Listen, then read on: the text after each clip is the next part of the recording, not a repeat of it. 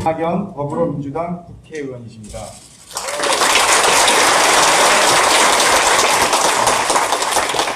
송영길 국회 외교통일위원회 위원장님이십니다. 최강욱 열린민주당 당대표이십니다.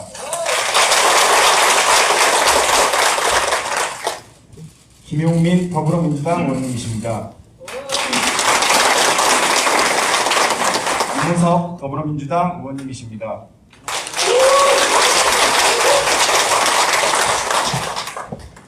김남국 더불어민주당 의원님이십니다.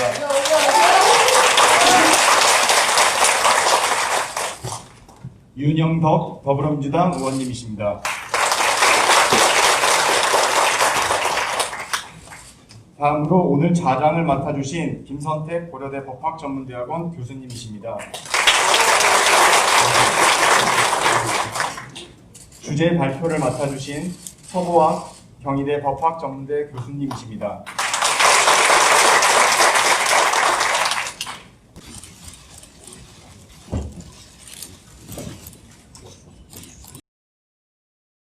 네, 황운하 국회의원입니다. 참석해 주신 모든 분들께 진심으로 감사드립니다. 뜻깊은 세미나가 될 것으로 기대하고 있습니다. 저도 짧게 말씀드려야 되고 바쁘신 분들이 오늘 또 특별히 축사해 주시기 위해서 오셨기 때문에 빨리 진행하고 또 축사 맡아주신 분도 짧게 해서 진행하도록 하겠습니다. 윤호중 의원님과 설문 의원님이 회의를 마치자마자 오시기로 하셨기 때문에 오시면 잠깐 소개해드리도록 하겠습니다. 굴곡진 현대사를 가진 우리 대한민국은 세계 어느 나라에서도 찾아볼 수 없는 그런 괴물 같은 지형적인 검찰 제도를 갖게 되었습니다. 수사권과 기소권을 양손에 쥐고 영장 청구권을 독점한 검찰은 군사정권이 끝나고 국민정권이 들었으니까 안기부, 보안사 등이 제자리를 찾아가는 의백기를 뚫어서 최고의 권력 기관으로 등장했습니다. 검찰은 때로는 정권의 하수인이 되어 정권을 등에 업고 없는 죄를 만들고 있는 죄는 덮어버리는 전형을 일삼으면서 그 대가로 조직과 인력을 키워왔습니다. 정권이 나이브한 시각으로 검찰권에 개입하지 않으면 검찰은 검찰 고유의 검찰 조직만에 눌리고 검찰 조직을 더욱 키워나갔습니다. 박상기 전 법무장관의 증언을 뉴스타파가 보도한 바에 따르면 윤석열 검찰총장은 대통령의 장관 임명권을 무력화하기 위해서 수사권을 동원해서 군사 쿠데타를 방불케 하는 그런 검찰권 남용을 저질렀습니다. 무도한 검찰권 행사에 대해서 의사권과 징계권으로 통제하는 것이 정상적입니다. 그런 결과로 법령에 따라 검찰총장을 지휘하려는 장관의 지휘권 행사에 법에도 없는 검사장 회의를 수집한다는 등 혁명 분위기를 만들어가고 있습니다. 이런 검찰의 무도한 힘의 원천이 어디에 있습니까? 이것은 검찰의 직접 수사권, 세계 어느 나라에도 없는 검찰의 직접 수사권 때문에 또 세계 어느 나라에도 없는 검찰의 방대한 수사입니다. 정권 출범 3년이 지났지만 검찰은 달라진 것 없습니다. 검찰의 권력 남용은 도를 더해갈 뿐이지 달라지지 않고 있습니다. 아직도 우리는 검찰 수사가 정의로울 수 있다는 환상에 빠져 있습니다. 검찰 수사가 공정할 수도 있고 정의로울 수도 있다는, 그래서 검찰 수사가 필요하다는 그런 환상에 빠져 있습니다. 검찰은 살아있는 권력을 수사한다는 그런 포장술과 선전술을 활용해서 정권과 맞서는 모습, 그리고 핍박받는 모습을 연출하면서 야당과 보수 언론의 지원과 업무 속에 검찰개혁에 저항하고 반발하고 있습니다. 국민이 부임해준 검찰권을 마치 신성 불가침의 기득권인 양 뺏기지 않겠다고 극력 저항하고 있습니다. 검찰개혁 이대로 간다면 또 한 번의 실패를 맛볼 수 있습니다. 또 한 번의 실패를 경험할 수도 있습니다. 3년이 지난 지금 이 시점에서 냉철하게 검찰개혁의 현주소가 어딘지 짚어보고 향후 과제를 점검해보는 그런 뜻깊은 세미나가 되길 바랍니다. 대단히 감사합니다. 네, 황운하 의원님 시적절한 토론에 준비해 주셔서 고맙습니다. 함께 해주신 모든 분 감사합니다. 민주주의 발전은 집중된 권력이 분배되고 견제되는 도도한 과정입니다. 그 권력이 남용되어서는 안 된다는 것은 두말할 여지도 없이 지극히 당연한 이치입니다. 검찰도 마찬가지입니다. 검찰에 또는 검찰의 그 누군가에게 집중된 권력은 분배되고 견제되어야 합니다. 그것이 검찰개혁의 큰 흐름이라고 생각합니다. 오늘 토론회가 검찰개혁 그 현주소와 향후 과제라는 주제를 가지고 있습니다. 현주소는 검찰 권력을 집중해서 분배와 견제로 바꿔나가자는 국민적 요구와 그에 대한 저항이 붙어있는 그런 상황입니다. 긴 눈으로 보면 검찰 개혁의 도도한 흐름 가운데 한 점이라고 생각합니다. 향후 과제는 명백합니다. 검찰도 집중된 권력이 분배되고 견제되면서 국민의 권익에 더 보탬이 되도록 해야 한다. 이것이 검찰개혁의 과제이고 그 목표라고 생각합니다. 그 목표가 몇 사람의 각성으로 이루어지기를 기대하기보다는 제도화되는 것이 필요한 시점입니다. 오늘 토론회가 그러한 흐름에서 현주소를 점검하시고 향후 과제를 추출하시고 그것을 제도화에 필요한 기회를 놓는 좋은 날이 되길 바랍니다. 감사합니다.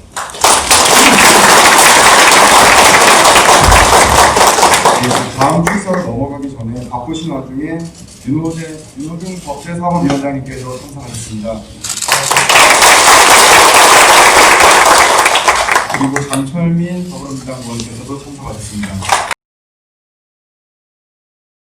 님을 국회로 보내주신 대전 무슨 구지? 중구 시민 여러분께 감사드리겠습니다. 우리 황운하 의원님은 경찰대학 1기생으로 저와 같은 또래 친구입니다. 여러 가지 울산 보레고기 사건부터 현안 문제를 서로 깊이 고민하고 고민을 해오면서 여러 점을 필요로 느껴봤습니다.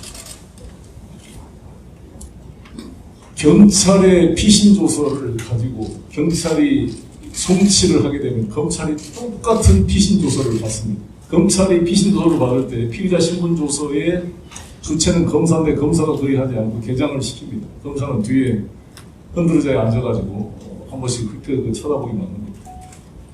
똑같은 절차를 반복해서 피의자를 2번 불러줘진다 이런 말이 있습니다. 부릅니다. 또 검찰 피신 조서를 작성한 게 아니라 조서를 꾸민다 그럽니다. 왜 조서를 꾸민다 그럴까? 구성 요건에 맞게 유도신문을 하고 별건을 협박해서 꾸며내는 작성이 바로 검찰 피신 조서입니다. 이것을 가지고 대법원까지 유죄의 증거로 활용을 하는 이 참 구조입니다. 이 검찰이 그래서 없는 죄를 만들기도 하고 있는 죄를 없애기도 하는 그런 신비한 능력을 갖는 조직이 검찰이 아닌가 생각합니다. 윤석열 총장이 자기는 사람에게 충성하지 않고 조직에 충성한다는데 저는 이 말이 틀렸다고 생각합니다. 헌법에 충성해야 됩니다. 국민에게 충성을 해야 됩니다. 사실은 검찰이라는 조직 이기주의에 충성한 게 아닙니다. 도대체 누가 검찰에게 그런 권력을 줬습니까? 사법고시 합격 하나 했다는 이유로 국민의 생사를 몇탈할 수가 있고 기소 독점주의와 수사 주재권을 가지고 무소불위의 권력을 휘두르려고 누가 임의를 했습니까? 이 검찰에 국민이 선택을 했습니까? 유일하게 간접적으로 국민이 직접 뽑은 대통령 임명한 법무부 장관을 통해 통제하도록 되어 있습니다. 이 검찰이나 사법부의 독립이 국민으로부터의 독립, 헌법으로부터의 독립은 아니라고 생각합니다. 헌법적 정신에 충실한 검찰을 만들어야 되고, 이 검찰이 경찰이 하는 수사를 똑같이 무용의 절차를 반복하는 구조를 바꿔내고 함께 이번에 제대로 잡아야 될 때가 아닌가 생각합니다. 6천 명이 넘는 검찰 수사 인력, 포렌식 수사를 할 수 있는 강력한 정보과학 수사 인력들이 다 검찰청에 집중되어 있습니다. 경찰 이번에 검경 수사권 조정을 통해서 경찰도 스스로 개혁이 돼야 되고, 지금 경찰의 권력도 분권화 시켜내면서 이 검찰에 있는 수사 권력도 다 빼내와서 중립적인 수사 기구로 만들어내야 됩니다. 사실 여러 가지로 공소유지에 담당하도록 검찰 조직을 개편시켜내고 해야 할 일이 선택해 있습니다. 공수처 법도 구체화시켜야 되고, 이런 것을 잘 해라고 이번에 국민들께서 저희 당에게 큰 사명을 주셨다고 생각합니다. 함께 지혜를 모아서 이번만큼은 절대 실패하지 않고 검경 수사권 조정이 정착이 되고 구체적으로 입법화될 수 있도록 우리 황운하 의원님께서 큰 동력으로 되시기 바라겠고, 우리 최강모 두 분 다 법사위는 안 오셨지만 국회의원은 사실 상임위에 부지되는 게 아니라 전 국가 국정 업무를 책임지고 다룰 수 있는 위치이기 때문에 함께 노력했으면 좋겠습니다. 우리 윤호중 법사위원장님이 든든하게 계시니까 몸으로 형사소송법 절차를 겪으셨던 분이라서 잘 피부에 와닿게 이걸 기회할 수 있어서 생각합니다. 감사합니다. 우리 잘 아는 대로 황운하 의원은 경찰 출신입니다. 경찰 간부로서 검경 수사권 조정을 위해서 애를 쓰다가 경찰부터 핍박도 당하고 그건 잘 알고 있습니다. 우리 검찰은 말 그대로 무소부의 권력을 휘두르면서 과도하게 검찰권을 남용해왔다는 것은 어제 오늘의 일이 아닙니다. 사례가 수도 없이 많아서 일일이 다 열거할 수도 없고, 따라서 국민뿐만 아니라 검찰 자체에서도 검찰 개혁해야 한다는 소리는 정답으로 되어 있습니다. 그동안 검찰이 편파 수사, 표적 수사, 문계기 수사, 그 잘못한 내역들을 여러 가지는 끝이 없습니다. 그러니 검찰 개혁을 해야 한다는 것이 국민 일반의 한 목소리였습니다. 그 검찰 개혁을 하자고 하는데 검찰이 저항하고 있습니다. 이 저항을 물리치고 공수처법을 발동을 시켰습니다. 공수처가 출범해야 되는데 이 야당이 또 반대하고 있습니다. 예, 검찰개혁 현주소와 향후 과제라는 주제로 황운하 의원님이 국회의원 되시고 처음 주최하시는 토론인 것 같습니다. 진심으로 축하드립니다. 제가 본의 아니게 제 뜻이 아니게 예, 법제사무위원장을 맡아서 검찰개혁에 무거운 짐을 지고 있습니다. 그런데 사실 검찰개혁과 관련해서 이 법사위가 할 일은 법 개정과 관련된 것은 이미 20대 말에 거의 많은 부분이 이루어졌습니다. 지금 남아있는 것은 오히려 사법개혁 중에 법원개혁 또는 군 사법제도 개혁 이런 것들이 계속 이어져야 될 것이고요.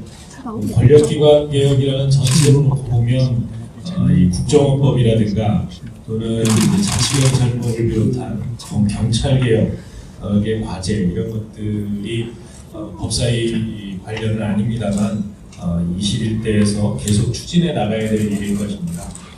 그런데 지금 왜 다시 우리가 검찰개혁에 대해서 돌아가야 되는가? 이건 그렇다고 봅니다. 저희가 공수처법도 통과를 시켰고 검경 수사권 분리의 기본적인 형사소송법이라든가 또 검찰청법이라든가 이런 것들을 다 개정을 했습니다만 항상 보면 안 맞는 디테일이 있다 이런 말을 하지 않습니까? 그 중요한 부분들을 대통령령으로 위임해놨는데 지금 이제 시행을 앞두고 대통령령 공수처법은 이제 15일 남았습니다. 12일 남았나요? 남았고 내년부터 이제 검경 수사권 분리가 구체적으로 시행이 되는데 거기에 따른 그 아주 미세한 부분들로 보여지는 것들이 오히려 더 중요할 수 있습니다. 검찰의 이 직접 수사 범위를 어느 정도까지 허용해야 할 것이냐 뭐 이런 부분들도 있고요. 그다음에 그거 말고라도 이를테면 이제 검찰의 피신 조서의 그 증거 능력을 없애기로 한 데까지는 합의가 이루어졌지만 언제부터 이 증거 능력을 없앨 것이냐, 뭐 앞으로 내년부터 할지, 후년부터 할지, 또는 더 있다가 해야 할지 이런 것들이 이제 세밀하게 정해져야 실제로 이 검경 수사권 분리의 구체적인 모습을 저희가 확인할 수 있을 겁니다. 그래서 사실 지금이야말로 어찌 보면 검찰 개혁에 대한 논의가 더 심각하고 폭넓게 이루어져야 되는 그런 때가 아닌가 이렇게 생각을 합니다. 또 그렇다고 대통령령 마련됐다고 해서 그걸로 끝날 것이냐 그렇지 않을 겁니다. 또 그 중에는 또 이 법무 불용으로 위임되는 부분이 있을 수 있고 또 그 중에는 또 검찰청의 훈령이나 지침으로 위임되는 부분들이 있을 텐데 이런 부분 마지막까지 세밀하게 따져서 어떻게 하는 것이 우리 검찰의 비대해진 권력으로부터 국민의 인권을 보호하고 그런 가운데에서 법 질서를 지켜나갈 것인가, 어떤 것이 과연 인권과 민주주의를 최고의 가치로 여기는 우리 21세기 대한민국에서 정말 정의와 공정의 질서를 지켜나간다는 검찰의 모습이 되어야 되느냐, 이런 것들이 최종적으로 디자인이 될 수 있다 이렇게 생각합니다. 저희 그 21대 전반기 법사위는 그런 역할을 해야 될 임무를 띠고 있다고 생각하는데, 저희 법사위원은 아니시지만 정말 제가 교정 정책을 경험했다면 황운하 의원은 검경 수사의 이 현장에서 그동안 느끼고 생각해 오신 것을 이 자리에서 마음껏 털어놓으시지 않을까 생각합니다. 오늘 토론 주제 발표해 주시고 또 토론해 주시는 모든 분들의 고견이 검찰 개혁 앞으로 남은 과제 이행해 나가는데 정말 피가 되고 살이 되리라 생각하면서 다시 한번 축하의 말씀드립니다. 감사합니다. 좋은 주제 발표와 토론을 들어오신 분들께 자꾸 인사 말씀으로 시간을 끌는 것 같아서 죄송합니다. 황운하 의원님은 다들 아시는 것처럼 대한민국 경찰의 민주적인 개혁, 대한민국 검찰의 민주적인 개혁을 끈질기게 외쳐오신 저의 동지이자 든든한 선배십니다. 여기 계시는 선배 동료 의원님들께 자랑하고 싶은 저희 철험회의 공부 모임의 멤버시기도 합니다.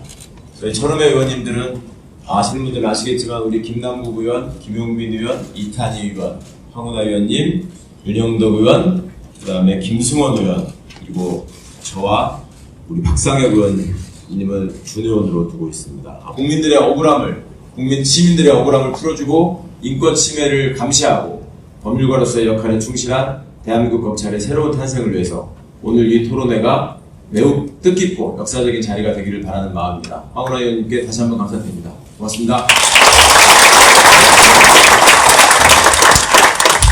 축사해주신 모든 분께 너무 감사드립니다.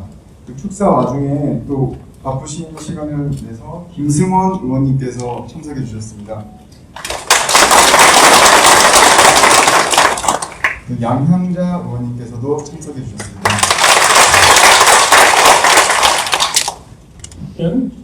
지금부터 우리 송박 교수님으로부터 발제를 듣도록 하겠습니다. 네, 안녕하세요. 오늘 발제를 맡은 서보원입니다. 평소 존경하는 의원님들이 잘 쓰시는 표현이거든요. 평소 존경하는 황운하 의원님의 토론회에 참석하게 돼서 참 감개무량합니다. 대표적인 검찰 개혁론자시고 의지의 사나이신데 국회에서 정말 우리 국가 사회를 위해서 큰 역할을 해주시면 좋겠고요. 또 대표적인 검찰개혁 전문가이고 이론가이신 우리 최마옥 변호사님 국회 입성을 하셨는데 제가 법사위 못 가셔가지고 제가 참 마음이 아프고 아까 그 송영길 의원님께서 꼭 상임에 계시지 않더라도 의원으로서 큰 일을 하실 수 있다고 하셨으니까 다른 의원님들하고 정말 검찰개혁을 꼭 21대 국회에서는 완성을 시켜주셨으면 좋겠다 이런 말씀을 드립니다. 많은 부분은 뭐 제가 오늘 많이 쓴 내용도 아닌데요. 세세한 부분은 제가 발제 자료로 대체를 하고요. 오늘 너무 훌륭하신 토론자분들이 많이 오셔서 저는 발제를 그냥 간단하게 드리도록 하겠습니다. 저는 검찰개혁의 현주소는 이제 반보 나갔다 이렇게 생각을 합니다. 저는 20대 국회 때 공수처, 미니 공수처죠. 공수처 법안 통과를 시키고 또 검찰청법, 형사소송법 개정안이 이제 검경 수사권 조정을 위한 법안이었는데 수사기소 분리라는 관점에서 보면 상당히 미진한 법안입니다. 그래서 저는 50점짜리 법안이다 이렇게 항상 얘기를 하고 있는데 그야말로 반보를 나가기 위해서 온 국민들이 목도한 가운데 난자국회가 열렸었죠. 그만큼 검찰개혁이 지난한 과제이고 그럼에도 그 현 정부와 여당 국회의원님들이 의지를 가지고 검찰개혁에 반보를 나갔다는 점에 대해서는 저는 정말 감사를 드리고 박수를 쳐드리고 싶어요. 앞으로 이제 많은 입법 과제가 남아있지만 지난번에 통과된 검경 수사권 조정 법안하고 관련해서도 후속 과제들이 사실 많이 남아있습니다. 그래서 저는 그 점하고 관련된 이야기를 좀 말씀을 드릴까 하고 다른 문제에 대해서는 토론자분들이 또 좋은 얘기를 해주실 것으로 이렇게 생각을 합니다. 아시겠지만 지난번 검경 수사권 조정안의 주된 내용은 검찰의 직접 수사를 축소하는 겁니다. 이 검찰의 직접 수사 축소는 이게 형사소송법에 개정이 되는 것이 마땅한데 이 검찰의 이제 집요한 로비 덕분이라고 저는 생각을 해요. 이게 검찰청법에 규정이 돼서 검찰청법에서 검사의 수사 임무를 부여하지만 직접 수사를 개시할 수 있는 범죄를 4조에서 제한을 했습니다. 그러면서 부패범죄, 경제범죄, 공직자범죄, 선거범죄, 방위사업범죄, 대형 행사 등 대통령령으로 정하는 중요범죄 이렇게 있습니다. 용어 자체가 이게 일반적으로 법령에서 쓸 수 있는 용어들이 아닙니다. 굉장히 모호하고 불명확한 이런 용어들인데요. 일단 검찰청법에서는 큰 틀에서 검찰이 수사를 개시할 수 있는 범죄 종류를 정하고 구체적으로 수사를 할 수 있는, 직접 수사를 할 수 있는 범죄는 대통령령에 정하도록 이렇게 위임하는 방식을 택했습니다. 입법의 취지는 명확하죠. 아까 다른 의원님들도 얘기를 하셨지만 기소권을 가진 검찰이 직접 수사를 하게 되면 이건 정말 슈퍼파워가 됩니다. 수사를 개시하고 그 안에서 어떤 증거가 확보가 되고 그것에 기초해서 어떤 기소의 결정이 됩니다. 죄 없는 자를 기소하고 죄가 있는 자를 돕고 기소하지 않고 이게 그 안에서 어떤 결정이 내리는지 외부에서 알 길이 전혀 없습니다. 외국에서 우리가 수사 기소를 분리하는 이유는 수사를 경찰이 하고 기소 단계에서 그것을 검찰이 넘겨받아가지고 외부 기관에 의한 스크린과 통제가 가능하기 때문에 그렇게 함으로써 수사와 기소에 있어서 어떤 객관성과 공정성을 기리도록 하기 위해서 수사 기소 분리를 하고 있는 겁니다. 우리나라는 검찰 손에서 수사가 시작이 되면 이게 나중에 기소가 돼가지고 최종 법원에 의해서 무죄가 날 때까지는 도대체 그 안에서 어떤 일이 벌어졌는지를 알 방법이 전혀 없습니다. 서로 법원에 가서 무죄가 나더라도 검찰은 그것을 인정하지 않습니다. 우리가 보기에는 유죄인데 판사가 잘못된 판단을 내는 것이다. 이렇게 얘기하죠. 국민들은 다 유죄라고 생각을 하는데 검찰은 기소를 하지 않습니다. 심지어 비디오에 아마 그 집 강아지가 봐도 주인을 알아보고 꼬리를 칠만한 사람이 비디오에 나오는데도 검사들은 그 사람을 특정할 수 없다고 불기소를 해버립니다. 도대체 할 방법이 없어요. 그래서 이게 수사와 기소권이 결합되는 건 굉장히 위험하다는 거예요. 저는 이건 민주주의의 그 독소 조항이다. 독소 그 제도다 이렇게 생각을 해요. 당연히 이제 수사 기소 분리를 해야 되는데 지난 20대 국회는 그만큼 과감하게 나가지를 못한 거죠. 그래서 검찰에게 일부 직접 수사권을 남겨둔 겁니다. 다만 이제 그동안 특수수사 분야에서 검찰이 장점이 있었다고 하니 그 부분은 계속 검사들이 수사를 할 수 있도록 아마 그렇게 남겨둔 것 같고, 제 생각에는 아마 검찰의 집요한 저항을 저는 20대 국회도 넘어서지 못하는 결과다 이렇게 생각을 합니다. 그만큼 검찰의 파워가 센 거죠. 현실적으로는 이런 부분에 대한 경찰의 수사 경험이 일천하다, 뭐 이런 것도 한 이유가 된 걸로 저는 생각을 해요. 그러나 하여튼 어쨌거나 검찰청법에서 검찰이 직접 수사할 수 있는 대강의 범위를 정하고, 구체적인 것은 이제 대통령령에 위임을 하는 이런 방식을 택했습니다. 근데 잘 아시다시피 그 1월 13일 날 이 법안이 통과된 다음에 이제 검경 수사권 조정 후속, 정식 명칭은 제가 잘 모르겠어요. 하여튼 후속 그 조치가 이루어지는 과정에서 이 대통령령에 그러면 검찰이 직접 수사를 개시할 수 있는 범죄를 어떤 것으로 규정할 것인가를 놓고 이제 상당한 진통이 있었습니다. 검찰은 어떻게 해석을 하느냐 하면은 부패범죄, 경제범죄, 공직자범죄, 선거범죄, 방위사업범죄는 검찰이 자유롭게 수사를 개시할 수 있는 범죄고, 그 안에서 어떤 범죄를 수사할지는 검찰한테 전적인 권한이 위임이 된 것이다. 그리고 대형 참사 등 대통령령으로 정하는 중요 범죄, 그러니까 대형 참사도 뭐 가습기 살균제 사건 이런 것처럼 검찰이 마음대로 할 수 있고, 등 대형 참사에 준하는 대통령령으로 정하는 중요 범죄도 대통령령에 정하면 여기에 추가해서 마음껏 자기들이 수사를 할 수 있다. 이렇게 얘기를 합니다. 뭐 대표적으로 주장하는 게 마약 범죄 이런 거. 입법 취지는 누가 읽어봐도, 삼척동자가 읽어봐도 앞에 열거한 범죄의 대강의 범위 내에서 구체적인 것은 대통령령으로 정하라. 법이 이렇게 되어 있는데, 소위 법률 전문가라고 주장을 하는 검사들이 앞에 거는 완전히 검사들한테 맡겨진 것이고, 대통령령으로 정하는 것은 추가할 수 있도록 이렇게 해놓은 것이다. 이렇게 해석을 했다고, 뭐 제가 현장에 없었기 때문에 언론에 보도가 되고 그렇게 제가 들었습니다. 그거는 정말 말도 안 되는 해석입니다.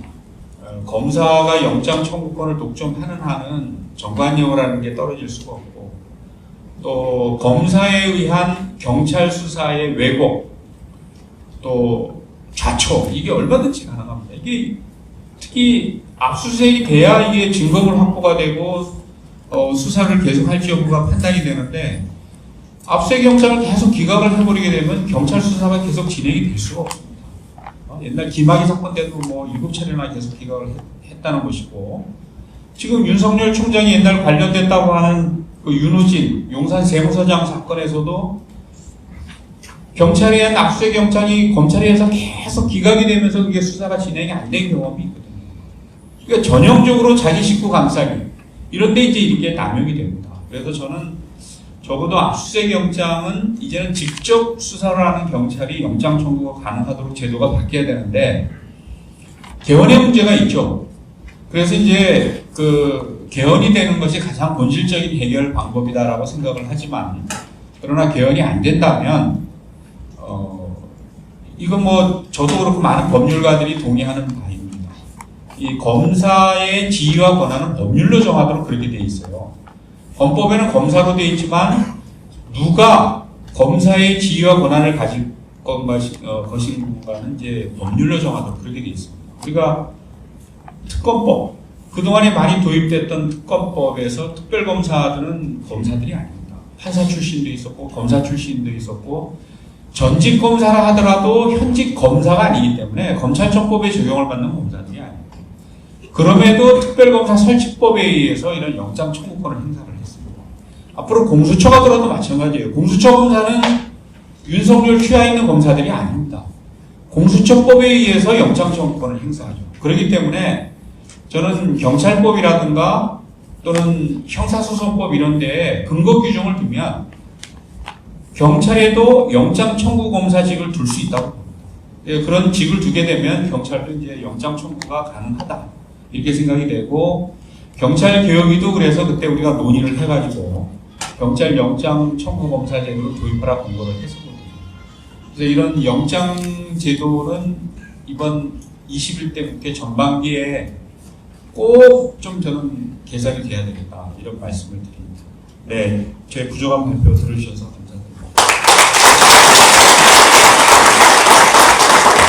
언론 통해서 많이 보셨던 것처럼 지금 채널A 사건과 관련해서 법무부 장관의 지휘권 발동이 됐고 검찰총장이 그 지휘권을 따라야 하는 것은 검찰청법에 보면 너무나 당연한 것인데 그 지휘권을 지금 따를지 말지를 고민하겠다라고 하고 있습니다. 특히 오늘 검찰총장이 검사장 회의를 소집해서 검사장들과 함께 토론하고 결정하겠다라는 얘기를 하고 있습니다. 이것은 국가 조직이라고 보기 좀 어렵지 않을까 이런 생각이 듭니다.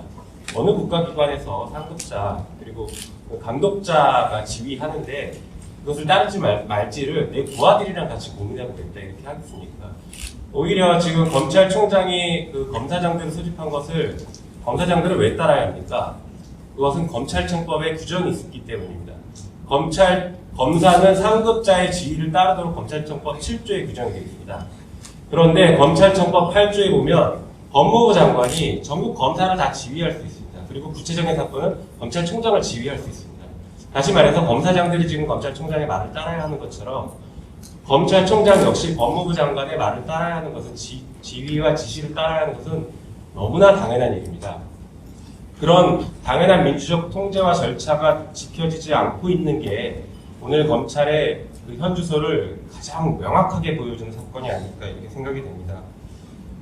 특히나 지금 검찰총장이 이렇게 무리해가면서 법을 어겨가면서 그리고 정당한 지휘권에 대해서 항명하는 집단적인 항명을 하는 모습을 보이는 것 같은 이런 게 정말 필요해서인지도 의문입니다. 지금 그 수사가 이루어지는 것을 검찰총장은 공정성 담보가 제일 중요한 수사임에도 불구하고 공정성을 훼손하는 방식으로 계속 나아가고 있습니다.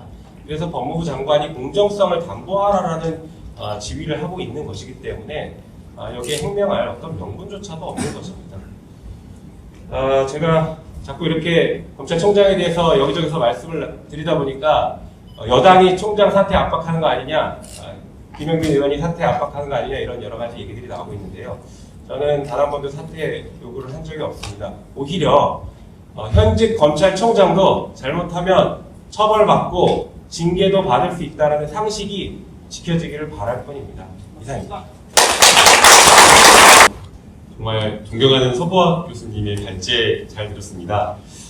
교수님의 발제 내용을 듣고 그리고 최근에 있는 그 검찰총장과 법무부 장관의 일련의 그 사건들을 보면서 검찰개혁이 여전히 필요하다는 생각을 했습니다. 지난해 많은 국민들의 힘으로 국회가 검찰개혁을 일부 이뤄냈습니다. 교수님 말씀대로 반보 진전하는 것이라고 생각이 드는데요. 제도적으로 지난해 저희가 검찰권을 분산시키고 공수처를 출범시켰다라고 한다면 지금 우리가 이 토론회에서 그리고 최근 벌어지는 검찰총장과 법무부 장관이 갈등하는 이 모습을 보면서 검찰 내부로부터의 개혁이 무엇보다 중요하다라는 그런 생각이 들었습니다. 아무리 제도적으로 시스템적으로 검찰이 잘 굴러갈 수 있도록 만들어놨다고 하더라도 검찰 내부에 잘못된 여러 가지 의사결정을 하는 사람들이 있다라고 한다면 이 검찰권이 제대로 행사될 수 없다라는 생각이 들었습니다. 지난번 저희가 그 긴급 현안 질의에서 법사위에서 최근에 있었던 검찰총장의 잘못된 수사 지휘에 대해서 여러 가지로 짚었습니다. 대검 검찰 규정이 어떻다, 또 전문 수사 자문단의 근거가 없다, 검찰총장의 지위가 오히려 수사와 감찰의 독립성을 훼손하는 것이다 라고 하면서 많은 내용을 짚었는데요. 이거 복잡하게 근거 규정 따지면서 물었지만 한마디로 이 내용 규정하면 윤석열 총장의 측근 감싸기라고 평가를 할 수 있습니다. 앞서 김용민 의원님께서도 그 지점을 잘 지적을 하셨는데요.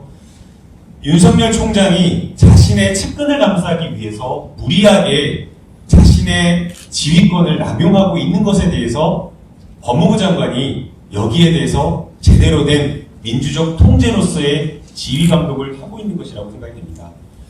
공직자라고 한다면 민주적 통제 그리고 추미애 장관의 명령에 제대로 따라야 된다고 생각이 들고요. 앞으로 저희가 더 논의하고 더 발전시켜야 될 것이 바로 검찰 내부로부터의 개혁, 검찰 내부를 어떻게 하면 정말 검찰권을 분산시키고 어떻게 하면 수사권을 제대로 집행할 수 있을지에 대한 고민을 함께 해야 된다고 생각됩니다. 오늘 토론을 함께 듣지 못해서 조금 아쉽고요. 발제 주제와 그리고 토론 내용은 메모를 따로 해서 함께 공유하고 공부하도록 하겠습니다. 이후에 있을 토론도 잘 부탁드립니다. 감사합니다. 사실 그 제도개혁이라는 것은 두 가지로 나타나게 됩니다. 하나는 규칙을 새로 제정하고 또는 개정하는 것으로 나타나게 되고, 두 번째로는 그 규칙을 집행하는 기관을 어떻게 만들 것인가 하는 것이거든요. 그래서 법률만 만들고 시행령과 시행규칙만 만든다고 해서 제도개혁이 완전히 되는 것도 아니고, 그 다음에 기관만 바꾼다고 해서 또 제도개혁이 되는 것이 아닙니다. 법률과 시행령, 시행규칙과 함께 그 기관을 같이 바꿀 때만이 제도개혁이 이루어지는 것이죠. 그리고 그 제도개혁이 포함되어 있는 더 큰 형태의 개혁은 문화라든가 의식의 개혁까지를 포함을 하는 것입니다. 그래서 상대적으로 지금 이제 제도개혁 중에서 규칙의 개혁 부분은 관심이 가 있고 그 부분에 대해서 사람들이 많이 얘기를 하고 있습니다만은 그 기관의 개혁, 기관을 어떻게 축소 또는 재조정 또는 재편할 것인가 하는 부분에 대한 관점은 조금 부족하다. 그러나 이제 오늘 대체적으로 소박 교수님께서 이 지적을 해주신 부분에 대해서는 감사드린다는 말씀을 드리고 싶습니다. 향후 개혁을 위한 관점으로서는 행정부 중심의 후속 조치가 이루어질 것이다라는 것은 소박 교수님께서 충분히 말씀을 하셨습니다. 그래서 입법부의 역할도 크게 맞추어서 재조정이 될 것이다 이렇게 얘기를 할 수가 있고, 행정부의 우위 또는 행정부의 재량 이런 부분은 존중이 되어야 될 것이다 이렇게 생각이 됩니다. 양극단을 제외하고는 행정부로서는 또한 법을 집행하는 데서 재량을 또 가지고 있죠. 입법부도 양극단을 제외하고서는 헌법을 집행하는 데, 헌법을 구체화시키는 데서 입법의 재량을 가지듯이 행정부도 재량이 있을 것으로 보여집니다. 한 개의 정답은 없다는 것이죠. 그래서 여러 가지 토론과 어떤 숙고, 서로 상호 존중 과정에서 좋은 방향을 찾아나가는 중도의 방향을 찾아나갔으면 좋겠다 이런 말씀을 드리고 싶습니다. 그 다음에 현장과 실무 중심의 개혁이 좀 이루어져야겠다는 측면입니다. 통계와 증거에 기반한 개혁이 이루어져야 되는데 이것은 결국 시행령을 구체화하는 과정이나 기관을 개혁할 때 실제로 작동을 하게 될 것입니다. 검사가 어느 정도 수사를 하고 있고 또 경찰이 어느 정도 수사를 하고 있고 수사의 실력이 어느 정도인지를 증거와 통계에 기반해서 이 방향을 잡아나가야 될 것이라고 보여집니다. 실태조사와 조직진단이 필수적이죠. 그 다음에 이러한 그 개혁에 따른 법령과 규칙의 개혁, 그 다음에 기관의 개혁에 따른 현장 실무에 계신 분들에 대한 교육을 또 받들 수가 없습니다. 검사들에 대한 교육, 그 다음 경찰들에 대한 교육, 이것이 사실은 현장과 실무의 개혁을 안착시키는 핵심적인 역할을 할 것이다 이렇게 보여집니다. 만약에 교육이 포함되어 있지 않은 개혁이라면 절반 정도밖에 개혁이 안 될 것이다 이렇게 또 생각이 됩니다. 그 다음 세 번째로는 개혁적 중립성이 필요하고, 개혁에는 반드시 중립이 필요하죠. 중립이 필요한데 그 중립이라는 것이 기계적인 중립은 아니고 현재의 시대의 흐름, 시대 정신을 반영하는 개혁적 마인드가 필요하다 이렇게 얘기를 드리고 싶습니다. 네 번째로는 권력기관 개혁과 또는 사회개혁과 함께하는 검찰개혁이 되어야 된다 이렇게 보여줍니다. 검찰개혁의 본래의 뿌리는 역시 민주주의에서 나온다 이렇게 생각합니다. 정경수사권 조정도 이것이 경찰의 자질론에 근거했다라면 지금도 안 됐을 것입니다. 그러나 우리가 2016년도 촛불혁명을 거치면서 민주주의가 성숙하면서 검찰개혁 얘기가 나왔을 것이고, 그리고 민주주의가 실제로는 검경수사권 조정이나 공수처를 출범시키는 필요 충분 조건이었던 것이죠. 그래서 민주주의를 더욱더 더 발전시키는 다른 개혁 작업이 검찰개혁을 도와주고 또한 검찰개혁이 또 그런 민주주의 발전에 공사를 하는 그런 역할을 할 것이다 라는 인식을 강하게 가질 필요가 있다 생각합니다. 그래서 다른 검찰개혁 이후에 다른 개혁 과제들 경제 또는 정치, 언론, 반부패, 재벌 개혁 등에 대해서도 더 집중을 할 필요가 있다 이렇게 말씀드리고 싶습니다. 그다음 수사권 조정 관련 몇 개 쟁점에서는 검사의 직접 수사 방향은 소박 교수님 지적대로 가능한 축소해서 수사권과 기소권을 원칙적으로 분리하는 방향으로 가야 된다는 점. 그다음 수사권 경합 시 해결하기 위해서 수사권 경합의 문제를 해결하기 위해서 해결 방안을 미리 마련할 필요가 있다는 점을 지적드리고 싶습니다. 특히 영장 신청과 관련해서는 압수수색 영장이 디지털 증거를 주로 확보하는 문제로 바뀌면서 압수수색 영장이 약 10년 전에 비해서 10배 이상 늘어나게 됐는데 이 압수수색 영장에 대한 통제 부분도 중요한 과제가 될 것이다 이렇게 말씀드리고 싶고, 그다음 경찰의 수사 종결권과 그에 따른 고소행 법안의 피해자의 이의신청권은 재정신청과 검찰의 항고제도와 중복되는 의미가 있기 때문에 이 부분을 잘 정리할 필요가 있겠다 이렇게 생각이 들고, 최근 아닙니다만 한 10년 전에 문제가 됐던 인권옹호 정부 방역제의 문제가 또 검사의 수사 지휘와 관련되어 있기 때문에 이 문제는 또 정리가 필요하다라는 점을 보충적으로 말씀드리고 싶습니다. 마지막으로 개혁을 할 때는 극단의 배제를 하고 과감과 절제 사이에 중도가 필요하다는 점을 꼭 말씀드리고 싶습니다. 검찰의 경우에도 지금 현재 변화가 필요하다는 것은 누구나 다 인정을 할 것입니다. 그리고 바깥에서도 검찰을 도와서 잘 개혁을 할 것을 요구를 하겠죠. 그래서 검찰 입장에서도 좋은 충고가 필요하고 또 검찰 바깥에 있는 사람들도 검찰을 좀 도와서 검찰이 별 무리 없이 그리고 마찰 없이 개혁을 하도록 돕는 것이 기본 자세라고 생각합니다. 다만 그러한 것이 큰 틀에서의 방향을 좌우할 정도는 돼서는 안 되겠죠. 큰 틀에서의 개혁이라는 큰 방향을 두고 상호 존중과 협력의 관계라는 형사소송법의 기본 원칙에 따라서 또한 국가 조직법, 정부 조직법, 국가 구성의 기본 원리에 따라서 상호 협력과 존중의 자세로 이 문제를 해결해 나가는 그렇게 더 필요하다는 점을 덧붙이면서 토론을 마치고자 합니다. 감사합니다. 네, 말씀 잘 들었습니다. 다음에는 조순열 변호사님 모시겠습니다. 네, 조순열 변호사입니다. 저희 발제자님의 발제가 너무 좋아서 이게 의견이 주로 일치하다 보니까 좀 반대 토론을 공격적으로 해야 여러분들께서 재밌을 텐데 그렇지 못한 점 용서를 구합니다. 축사하는 저희 위원님들 말씀 들으셨죠? 대부분 저희 토론할 내용이 다 담겨 있는 것 같습니다. 아까 축사하셨던 위원님들 최강욱 위원님, 김용민 위원님, 김남국 위원님, 이모선 위원님 아마 저희 토론자로 올라오시면 훨씬 더 공격적이고 깊이 있는 토론이 됐을 거라고 생각할 정도로 저희 검찰개혁의 대가들이 오셔서 이미 토론 초반을 아주 장악하신 그런 상황이 돼서 저희 토론이 별로 디테일로 들어가니까 별로 재미가 없어진 것 같습니다. 그럼 저도 몇 가지 말씀을 드리려고 하는데요. 여러분들 보셨듯이 20대 국회에서 이루어진 수사권 조정의 화두는 검찰 개혁이었습니다. 그리고 우리 검찰 개혁의 열망이 이 수사권 조정 법안으로 반영이 됐다 이렇게 지금 보고 계시는데 일선에서 수사하는 경찰들은 아직 배고픕니다. 전혀 이게 피부로 와닿지가 않는다. 형식적으로 수사권 조정이 되었지만 내부에서 검찰이 통제하는 그 내용들을 구체적으로 보면 바뀐 게 하나도 없다. 종전에 있었던 걸 그냥 입법화했을 뿐이고 플러스 검찰이 더 막강한 오히려 통제권을 줬기 때문에 오히려 수사하는 데 굉장히 방해가 되고 오히려 걸림돌이 생겼다. 이렇게 생각을 하고 있습니다.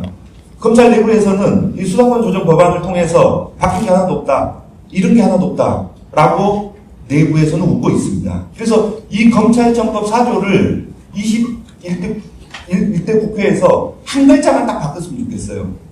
등을 중으로 바꿨으면 좋겠습니다. 6개 범죄 중 대통령령이 정하는 중요 범죄. 그러니까 6개 범죄 중에서도 이게 너무 추상적이지 않습니까? 이걸 해석하다 보면 이 모든 범죄를 다 검찰이 직접 수사할 수 있는 걸로 얼마든지 해석하고 이게 싸우게 될 거예요. 검찰이 우리 해석상 이건 뭐 부패범죄고 경제범죄고 공직자범죄, 선거범죄다. 이렇게 해석하고 수사하면 누가 맡겠습니까? 그래서 이것을 이 6개 범죄 중 구체적으로 법령별로 언급을 해서 대통령령으로 축소를 시키는 대통령령이 돼야지 이걸 등으로 해놓다 보니까 이걸 교도보로 확대를 하려고 있고 지금 싸우고 있습니다. 지금 청와대에서 이걸 조정하고 있는데 이 주도를 누가 하느냐? 검찰이 하고 있습니다.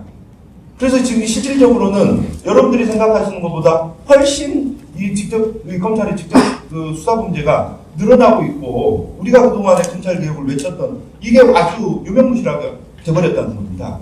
그래서 그 부분을 꼭 좀 말씀드리고 싶고요. 그래서 지금 오늘 계셨던 아까 좀 저희 그 중진 의원님들 계실 때 이 말씀을 꼭 드리고 싶었었는데 꼭 그 자료도 남겨서 이 한 글자만 다시 검찰정법 개정안으로 등을 중으로 바꿨으면 좋겠다 이 말씀드리고요.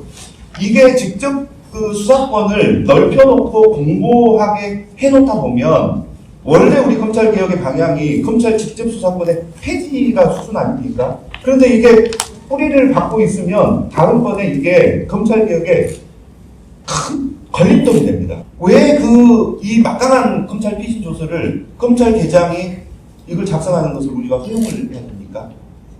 이게 물론 이제 증거 능력이 우리 경찰 조서와 동일하게 됐다라고 하지만 지금 시행 자체를 늦추는 이유는 그 막강한 힘을 잃기 싫어서 그러는 겁니다. 제가 표현을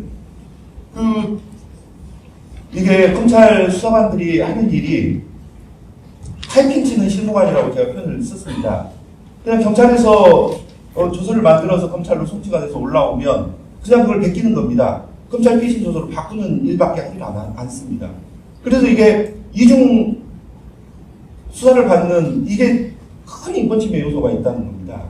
근데 그걸 검사가 직접 작성해도 문제인데 검사가 직접 작성하지 않고 계장이 작성하는 것을 그 조서에 막강한 힘을 부여한다는 것은 말이 안 된다는 거죠. 제가 이제 여담입니다만은 그 검찰에 있는 사건들, 형사사건들 우리 변호사들이 붙어서 변론하는 것보다 검찰 개장 출신 법무사가 변론하는 것이 훨씬 더 유효하다라고 그렇게 알려져 있습니다. 왜냐하면 그 조서 자체를 개장이 작성하는데 전에 근무했던 선배 법무사가 뒤에서 전화로 부탁을 하는데 그걸 방향을 원하는 대로 방향을 잡아주는 거죠. 제가 이거 너무 그 검찰 출신 변호사 홍보하는 것도 아닌가 싶어요. 이거 까다 보면 이거 그냥 저는 실체를 말했는데 그게 나중에 홍보가 되더라고요. 아, 변호사 찾아가지 말고 야 검찰 출신 그 계장 출신 변호사 찾아가서 이 변호사는 훨씬 먹힌다더라고. 실제 그렇거든요. 근데 이거 홍보하는 거 아닙니다. 그만큼 문제가 있는 부분이라는 겁니다. 그 부분을 반드시 바꿔야 된다는 것. 저희 발제자님께서 말씀하신 그 의견에 전적으로 동의하고요. 그 다음에 검찰 부서 그 수사부의 역할 변경인데요. 우리 지금 수사권 조정의 그 방향이 검찰이 이제 공소기관이자 2차적 보충적 수사기관으로 이렇게 그 방향을 잡았지 않습니까? 근데 지금 아직도 직접 수사권, 그 다음에 그 경찰에서 송치돼서 올라오는 기소 방향으로 가는 것은 그대로 검찰이 수사를 하도록 되어 있습니다. 아직 변한 게 없다는 거죠. 그래서 그동안에 이 특수부에, 검사들은 특수부에 근무하기를 원하고, 특수부에 근무하면 승진도 잘 되고, 또 좋은 사건 예단받아서 언론에 노출되고, 그러다 보면 국민들한테 홍보하고, 변호사 개업하면, 야, 특수사건 빨리 그 변호사 찾아가야 돼. 이게 엄청난 부를 축적할 수 있는 황금의 사다리가 이어져 있습니다. 지금 저희가 좀 노골적으로 말씀드리면, 경찰 고위직들 퇴직하면 이 조직에서 어떻게 취급하는지 아십니까? 그냥 남이에요. 상대가 안 해줍니다. 근데 검찰 출신들은 그 고위직들 나가면 대형 정관으로 오히려 현직에 있는 검사들이 훨씬 더 둘 간에 결탁할 수 있는 공간이 있기 때문에 훨씬 더 잘해줍니다. 제가 어제까지 전국의 소년원을 다 가봤는데 소년원생들을 조사할 때도 검찰은 그런 식으로 합니다. 소년법은 뭔가 특별한 처벌을 하겠다는 거잖아요. 형사처벌 트랙을 안 태우고. 근데 17살 된 아이들을 묶어가지고 연승해가지고 보내요. 서울소년원행 과 이름 중에 아예 호성과도 있습니다. 법원이라면, 아니 법원도 유럽 법원은 소년 범죄 같은 경우에 순회 재판을 해요. 소년원에 와서 판사들이 합니다. 그런 것을 보여야 될 텐데 그러니까 검사들이 받고 있는 대접이 그냥 자기들끼리 국세를 낭비하고 하는 수준에서 멈추는 게 아니라 구체적인 인권 침해를 막고 있다는 거예요. 이건 법무부 장관의 지시로 당장 오늘 오후부터라도 없앨 수 있는 겁니다. 제가 말씀드리고 싶은 건 검찰 개혁은 하나만 가지고 되는 게 아니라 복합적 처방을 동시에 써야 됩니다. 그래야 검사들이 국민의 공복으로 들어올 수 있습니다. 감사합니다.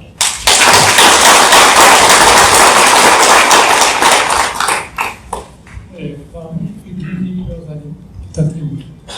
네, 점심시간이 다 돼가서 저도 배고프고 마음이 굉장히 급해지는데 이거는 좀 오해를 하신 것 같아서 이 부분은 조금 말씀을 드리고 넘어가야 될 것 같습니다. 방금 부처님 부장님 얘기하셨던 그 법무검찰 개혁에 대한 권고는 제가 지금 법무검찰 개혁위원회를 하고 있기 때문에 그 권고가 나오는데 저희가 한 몇 달간 치열하게 이제 토론을 하고 한 끝에 나온 권고이고요. 그 권고는 오해가 있으신 것 같은데 원칙적으로는 모든 피의자, 피고인, 수용자 모든 수용자에 대해서 가서 조사를 하라라는 게 원칙적인 권고이고요. 다만 그렇게 되면 사실 이제 검찰 인력이 경찰은 사실 이제 인력이 많지만 이제 검찰이 한 검사실에서 하루에도 몇 명씩 와서 조사를 하는데 인력의 한계상 이제 찾아가서 하는 것이 무리가 있다. 그리고 수사권 조정이 되면 어차피 검찰이 직접 수사를 거의 안 하게 될 것이고 이런저런 것들을 고려하면 사실 저희도 처음에 원칙적으로 모든 수용자에 대해서 다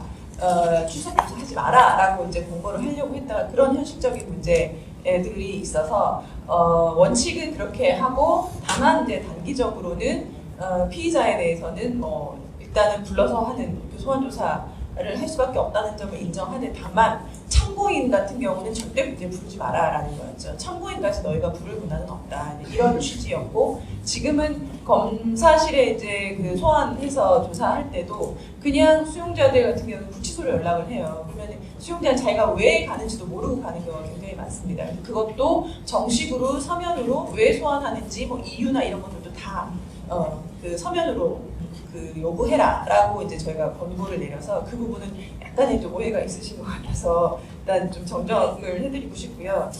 저는 뭐 앞서 여러 그 발제자 토론자분들이 말씀하신 것들에 더해서 약간 우려의 그 지점들 좀 말씀을 드리고 싶은 게 검찰개혁 저희가 얘기하고 있고 수사권 조정 얘기를 하고 있지만 사실은 뭐 수사권 조정, 검찰개혁 이런 것들이 궁극적인 목적은 아니고요. 결국은 이제 국민의 기본권 보호, 민주적인 형사사법 시스템의 정착 이런 것들이고 그게 이제 목표고 지금 말하고 있는 것들은 다 수단이 될 수밖에 없는 것입니다.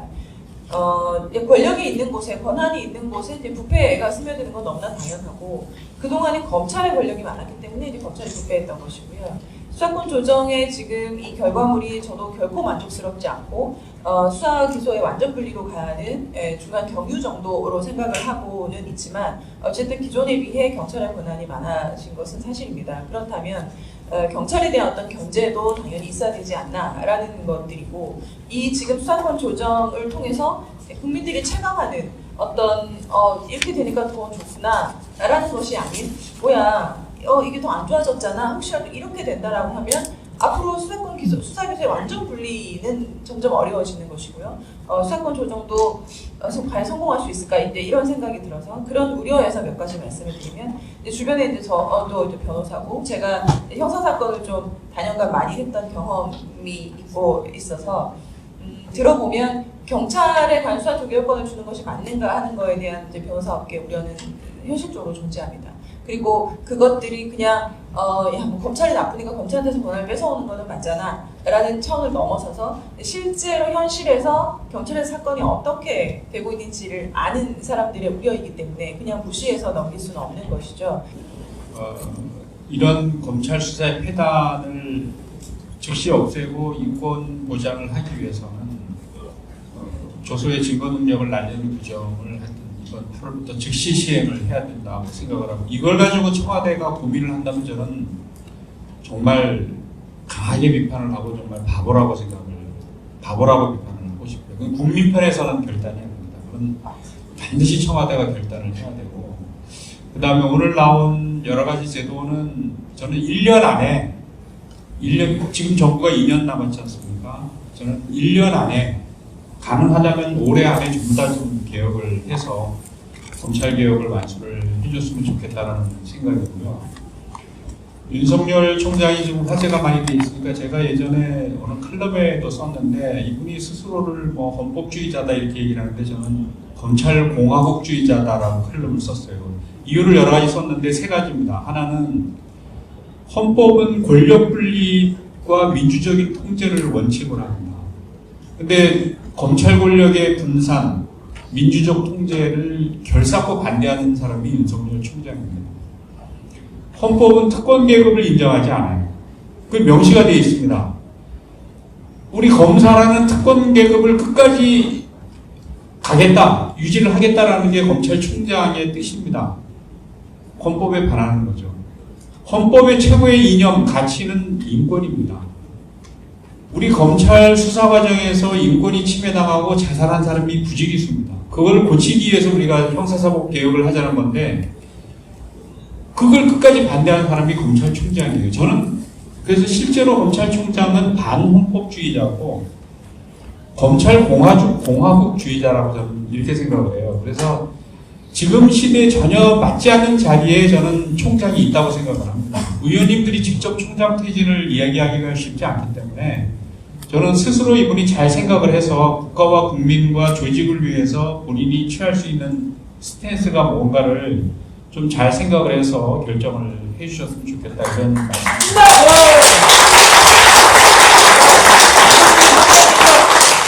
아까 그 김인혜 교수님도 잘 말씀하셨지만 우리가 이거 국가를 우리 인생하는 문제보다 그러니까 이런 문제에서 차분하게 친척하게 안정적으로 국민들이 불안하지 않게 이렇게 개혁을 추진하는 것도 대단히 중요한 거라고 저는 생각해요.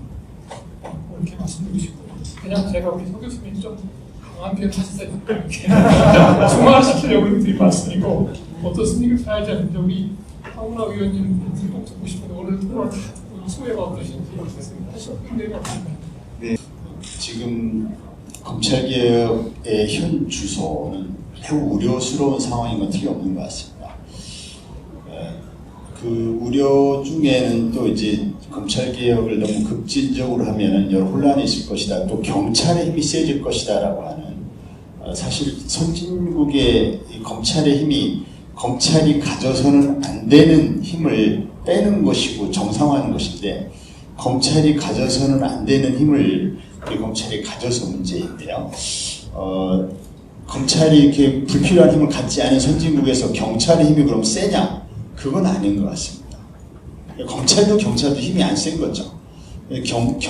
검찰이 가져서는 안 되는 것을 그냥 덜어내는 그런 좀 단순한 접근을 좀 해야 한다고 생각하고요. 물론 이제 경찰의 힘도 절대 세지는 방향으로 가면 안 되죠. 그리고 그건 충분히 설계가 가능하다고 봅니다. 그 다음에 그 대통령령이 지금 진행 중에 있어서 몹시 우려스러운데 아까 말씀하신 것처럼 대통령령은 말 그대로 대통령이 결정하신 거기 때문에 과감하게 검찰개혁의 취지에 맞게 대통령령 매듭을 지어야 한다고 생각합니다. 그 다음에도 후속적으로 입법으로 해결해야 될 일이 정말 많습니다. 아까 그 조신영 교수 말씀한 것처럼 등을 중으로 바꾼다든지 이렇게 입법으로 해결해야 될 일이 많습니다. 지금 검찰개혁을 첫 번째 과제로 생각하고 추범한 문재인 정부가 지금 3년이 지나도록 이렇게 검찰개혁이 몹시 우려스러운 상황에 직면해 있는 것은 저는 크게 보면 두 가지라고 봅니다. 그 이유가 첫 번째는 우리가 어떻게 시대적 과제로 적폐청산을 떠안게 되면서 적폐청산을 위해서 어쩔 수 없이 검찰의 직접 수사에 좀 의존한 그런 뼈아픈 부분이 있습니다. 이 적폐청산 때문에 중요한 시기를 놓친 거죠. 검찰 직접 수사를 팍팍 축소해야 되는 고기를 놓친 것이죠. 또 하나는 이제 최근에 사람을 잘못 봐가지고 사람 잘못 봤죠. 너무 나이브하게 보셔가지고 그래서 검찰주의자가 이런 강력한 걸림돌이 되는 것을 좀 예상하지 못한 두 가지 실책 때문에 지금 검찰개혁이 이제 위기에 측면에 있다. 지금 그래서 검찰개혁의 현주소를 지금 냉철하게 짚어보고 저희 국회에서는 입법적인 과제 해결할 것이고 또 이제 대통령령 관련해서도 정부에 촉구를 해서 국민들이 우려하지 않도록 또 이제 검찰이 정상화되는 제재로 돌아갈 수 있도록 최선을 다하겠다는 말씀 드리면서 거듭해서 자리해 주신 모든 분 감사드리고 오늘 발제 토론 맡아주신 모든 분 감사드립니다. 감사합니다.